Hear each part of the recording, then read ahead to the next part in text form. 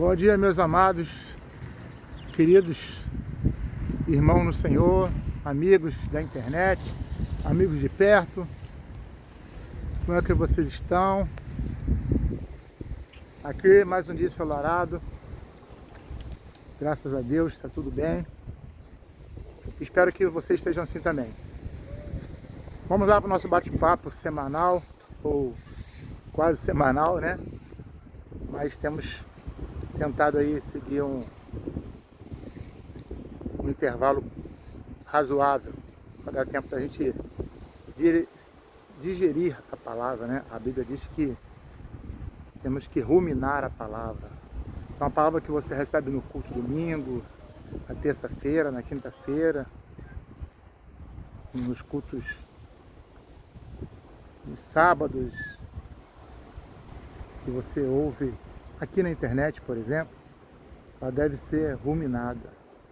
Ela deve ter um tempo para você refletir sobre essas verdades bíblicas, tirar suas conclusões e convencer o seu ser que precisamos melhorar.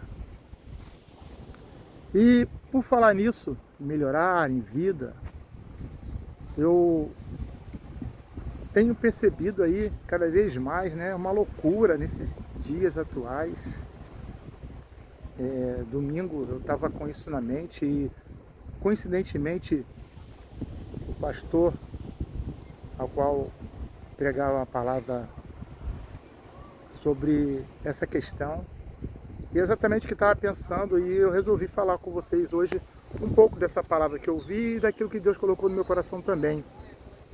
E é sobre esses tempos agora. Está tudo muito esquisito, está tudo muito estranho.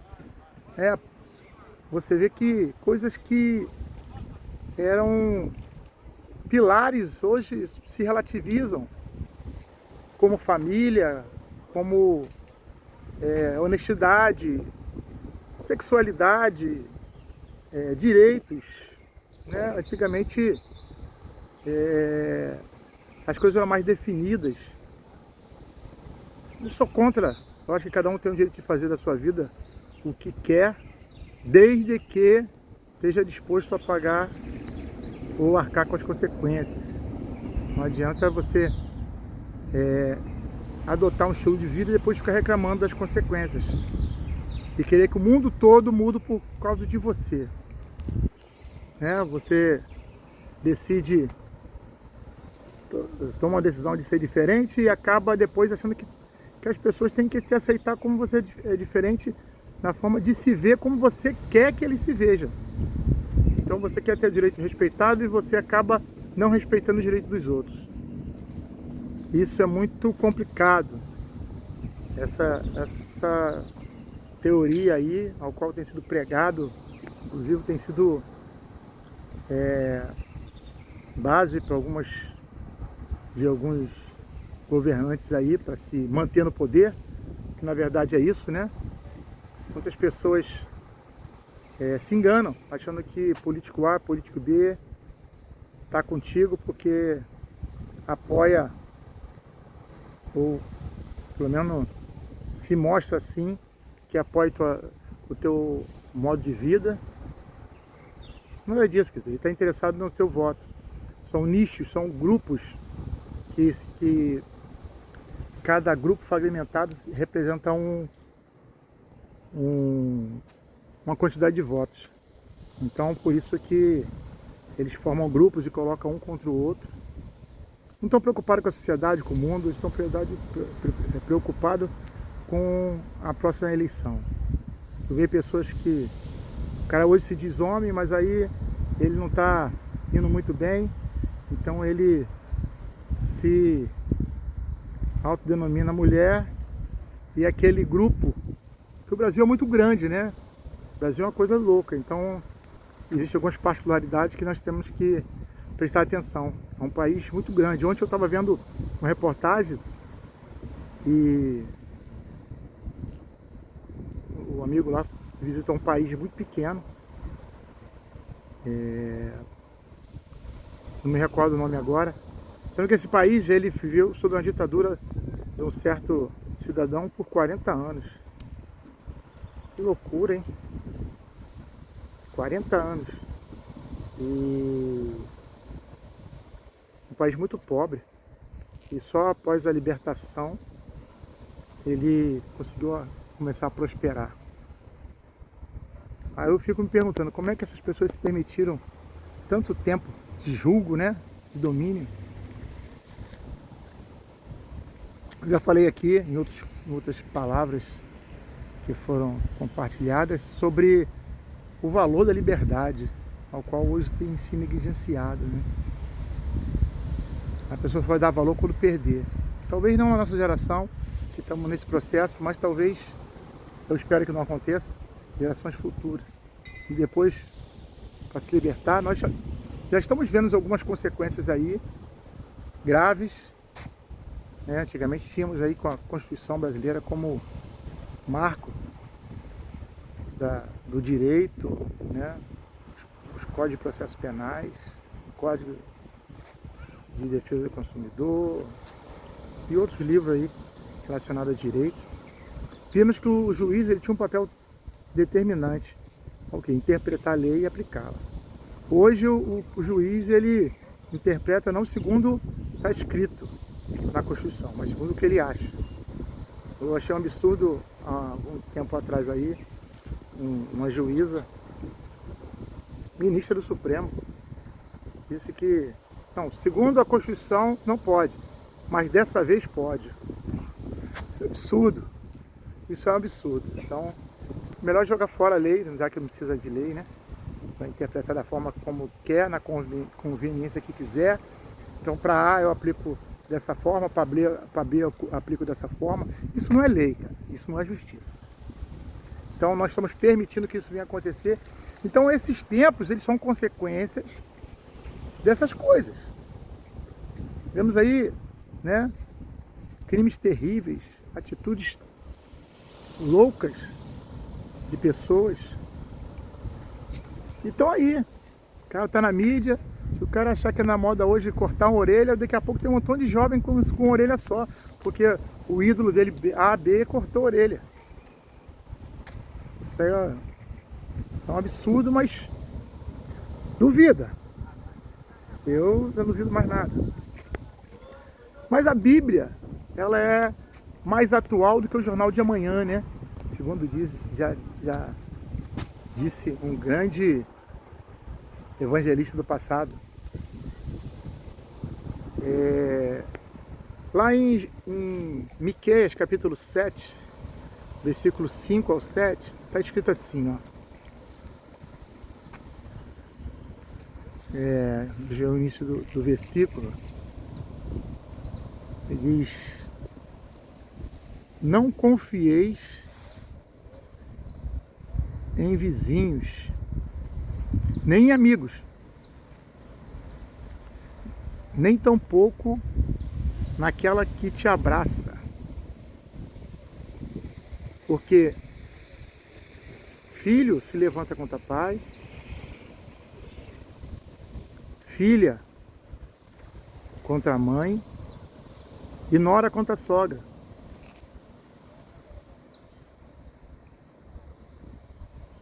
Não confieis em ninguém, porque os inimigos do homem estão dentro da sua própria casa. Mas eu, porém, todavia, confiarei no Senhor, no Deus da minha salvação. Esperarei nele. É basicamente isso que diz o texto de Miqueias 5, 6 e 7. Depois você confere, porque, como eu falo, minha mente falha e às vezes eu não consigo lembrar todos os versículos. Mas é interessante essa palavra que é muito atual. Tu vê aí o que está acontecendo. Filho não honra mais pai, mãe filho trama contra a própria mãe. Poucos são os amigos, né, que você pode confiar. O cara tá batendo no teu ombro, é meu amigo. Amigo de fé, claro. Tá pagando bebida e churrasco, é mole. Não, fulano é meu amigo. Não confieis em vizinhos e nem em amigos.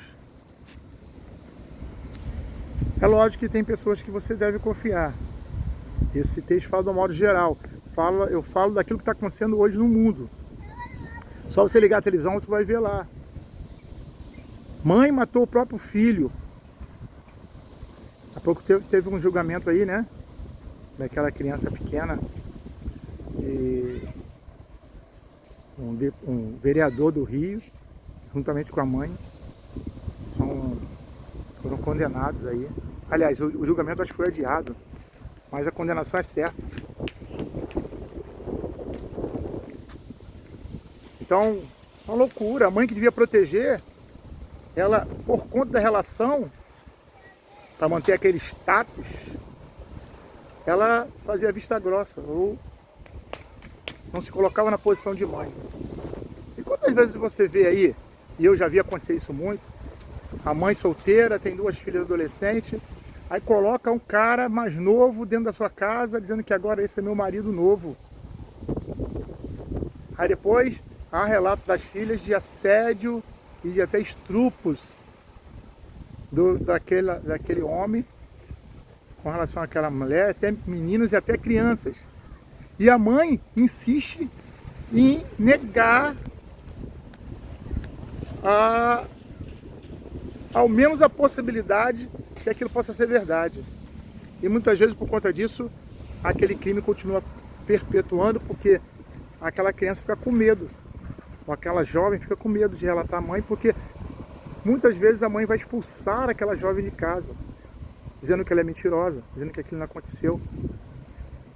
Sendo que no seu íntimo ela tem uma desconfiança, ela sabe que possa ser verdade, que na maioria das vezes é. Mas o medo de perder o companheiro, eu não sei que loucura é essa. Eu não sei que desejo tremendo é esse, o medo. E por falar em medo, é interessante, né? Confiarei no Deus da minha salvação, final do versículo 7, do capítulo 7 de Miqueias. Abacuque capítulo 3, versos 17 e 18, tem um texto conhecido, né? Ainda que a figueira não floresça, ainda que não haja fruto da vide, e que o fruto da oliveira minta, e por aí vai, né? Eu confiarei no Deus da minha salvação. Eu sei que meu Redentor vive, enfim se levantará a meu favor. Essa é a palavra que você deve levantar e falar quando você levanta da sua cama. Não olha para a dificuldade, não. Olha para a solução. Olha naquele que possa... né? Olha para o alto. Tira os teus olhos do problema. Então, o conselho que eu dou, para de olhar por esses problemas aí. Né? Você vai ligar a televisão, vai ver noticiário, é só isso. O mundo está muito louco. Mas nós que somos salvos, nós que temos Espírito Santo como guia, temos que olhar para o alto, porque do alto que vem o socorro, do alto que vem a salvação. A nossa confiança tem que estar no Senhor. Porque essa notícia nos aterroriza, né? E eu vou te falar, gente, eu tenho certeza que todos nós acabamos de uma maneira ou outra sendo dominados por um sentimento, por uma circunstância. E o medo é o que tem dominado muitas pessoas e tem impedido. Já falei aqui, eu vou falar novamente, uma frase de um pastor conhecido, que ele diz que o medo é agente paralisante da fé. É verdade. Os discípulos estavam no barco e vendo a tempestade e o vento, ficaram com medo. Esqueceram que quem estava no barco ali era o próprio Deus, o Filho de Deus. Aquele que Deus colocou o seu próprio Espírito. Sendo Deus também. Eles achavam que iam morrer afogados. Por quê? Tiveram medo. Não olhou para Jesus, olhou para a tempestade. Tiveram medo. Mas Jesus estava ali, né? Então eles foram até Jesus. E nós conhecemos o final dessa história. Então, amado, não ache que a sua vida não é dominada por nada. Nós fazemos parte de um sistema do mundo, você acha que você vai ficar isentão. Nós somos dominados aí por ideologias, posicionamentos políticos. Somos dominados aí por religiosidade. Temos a ingerência, porque nós somos seres que vivem em coletividade, né? Então o homem, ele acaba sendo fruto do meio também e influenciando esse próprio meio. Então é impossível que você seja isento. E eu pergunto nessa manhã, o que tem te dominado? É a vaidade? É o dinheiro? É o poder? É o medo? É a vergonha? O que tem te dominado? Faça essa reflexão. Isso é importante. É o primeiro passo para você achar o caminho de volta. Porque nós que temos o Espírito Santo e somos guiados e dominados por Ele, como diz o salmista no Salmo 111, certa parte do Salmo, ele fala sobre isso, né? Que aconselhado aí a fugir diante das circunstâncias, ele diz, não vou fugir não, vou permanecer aqui, porque eu sei que o meu Senhor ainda está assentado no alto e sublime trono. E seus olhos estão abertos e veem todas as coisas. Você sabe que, né, os caminhos do Senhor são mais altos que os nossos. Os pensamentos do Senhor são mais altos que os nossos. Nossa visão é limitada. Diante de todas essas circunstâncias, querido, o Senhor ainda rege todas as coisas. E por fim se levantará em seu favor, em favor dos homens de bem, do povo dele. Nós fazemos parte de um processo e muitas vezes a gente quer resultado imediato, visando só o nosso próprio tempo. Mas Deus, ele trabalha no indivíduo, ele trabalha no agora, mas também trabalha no amanhã. Ele deu do presente, do passado, do presente e do futuro. São 3 tempos ao qual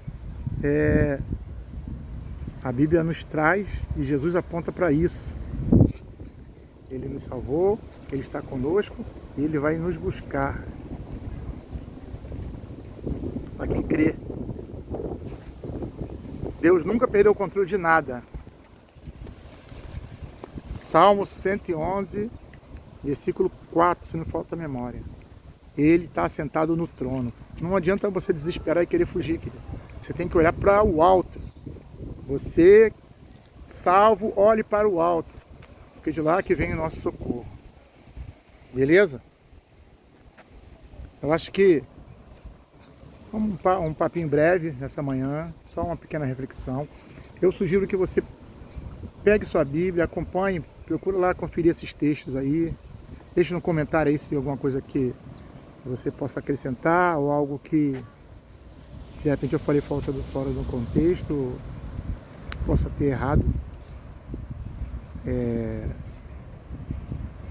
Alguma questão que seja significativa, como eu falei, eu não estou lendo a Bíblia aqui, então eu procuro falar no sentido, para que venha servir de pano de fundo, né, ou de base, melhor dizendo, para que eu estou dizendo, para não ficar em minhas palavras, né.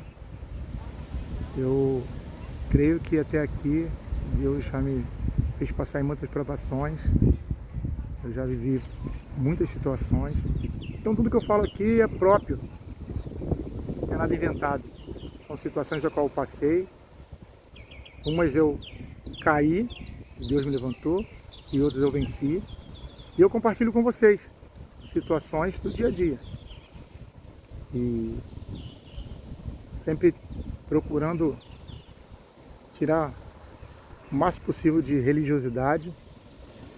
Espero que você não confunda isso com ceticismo, a falta de fé, mas é a forma que eu vejo todas as coisas.